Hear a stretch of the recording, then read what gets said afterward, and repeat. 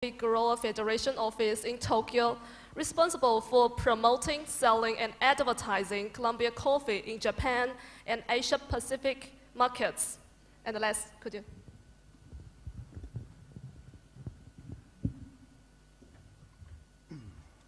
Thank you very much. There is nothing more challenging than delivering a speech on global supply chain in 8 minutes, so I will do my best. So let me talk first on how is today's coffee market. First, we have a consumer who wants to spend less by drinking coffee at home. Then we have the roasters responding by launching new convenient and premium products. Also, we have new players and new channels, and traditional brands are competing with cheaper products. Major players also have taken tactical measures to increase the market share. So the first message I would like to convey this morning is that today's coffee market is more convenient, is more dynamic, and is more flexible than ever. And supply chain shall respond in the same manner. So the Federation decided to shift to a new supply chain model in order to respond in an efficient manner to customer needs. And the first thing we did was to engage the coffee farmers in the supply chain concept. At the end, we are helping them 500,000 producers, out of which 91% are small farmers, to go global.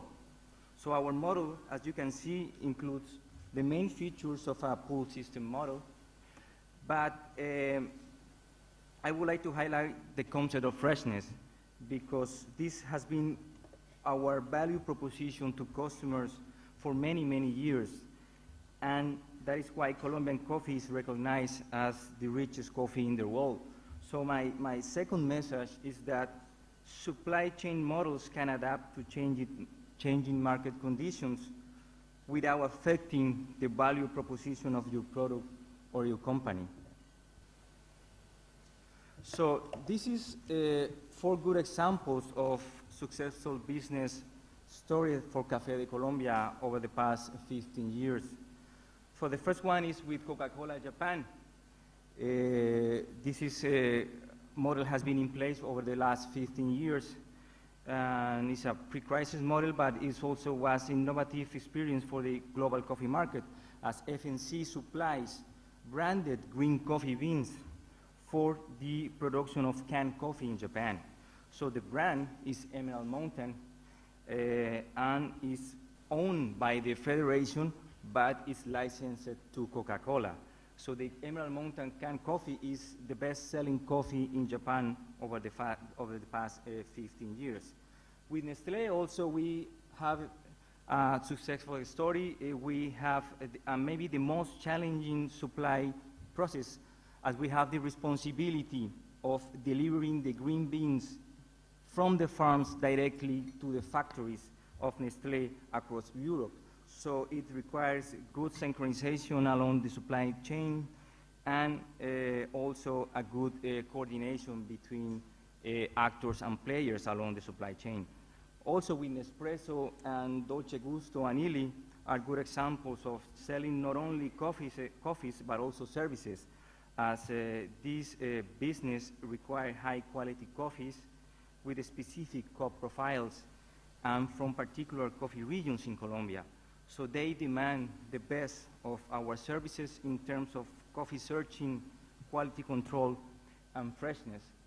And finally, with Woolworths Australia is our most recent story for FNC, as we will supply instant coffee for the private brand Select.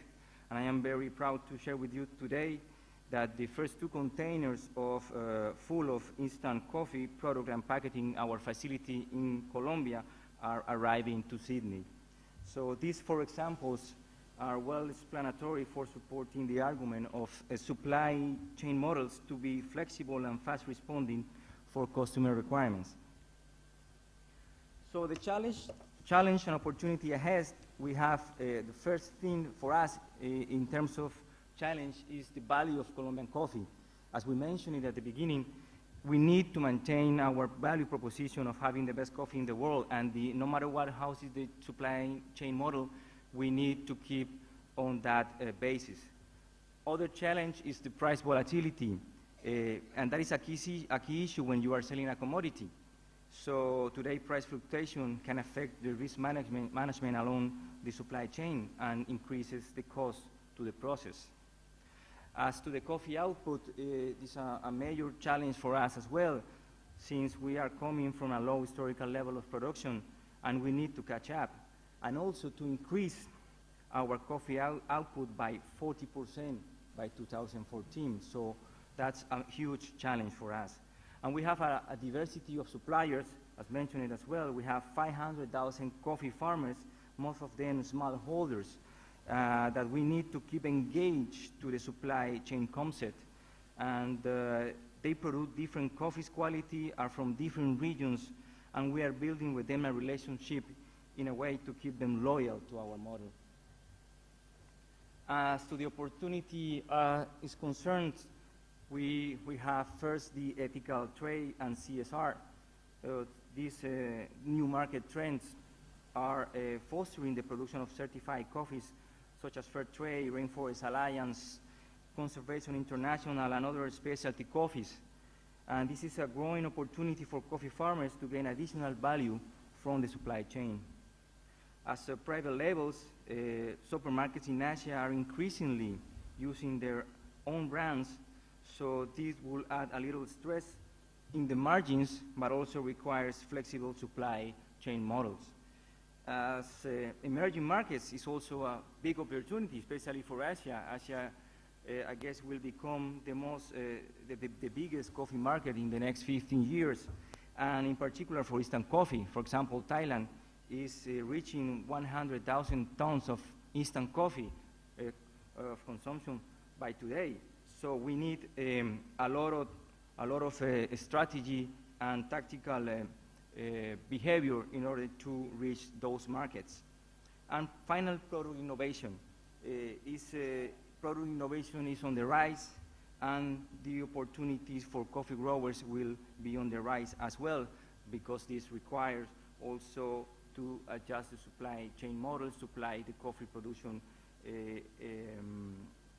models in an innovative fashion.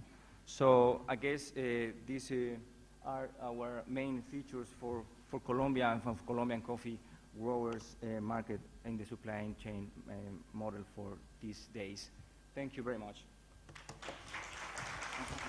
Thank you very much, Andres. I think maybe most of us here are your potential customers. The next speaker I'm going to present, well, her products are not our daily necessities, but I believe that ladies are longing to have one of her products. Ms. Sunju King, founder of Sunju Group and also chairperson of MCM Products. I have nothing more to say about her brand talks. Please. Yes, I just want to try to provide some visual pleasure this morning. Shall we start with the video first?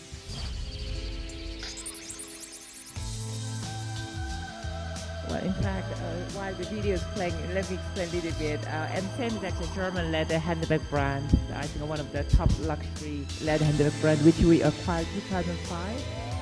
And you can see all the raw materials we used to made in Germany, but now diversified the supply chain from Germany, Italy to Korea, and handmade. Some of these visuals.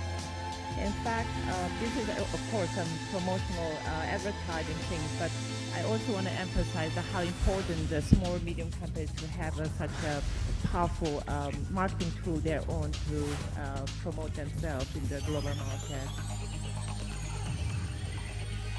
These are like some events in the Milano, particularly at the Borgo chosen MCM, one of the top brands at the time. 2007, even Milano, Corsa Como, we had some fashion shows, and also season even like big boat in big room like that. And also this is New York again.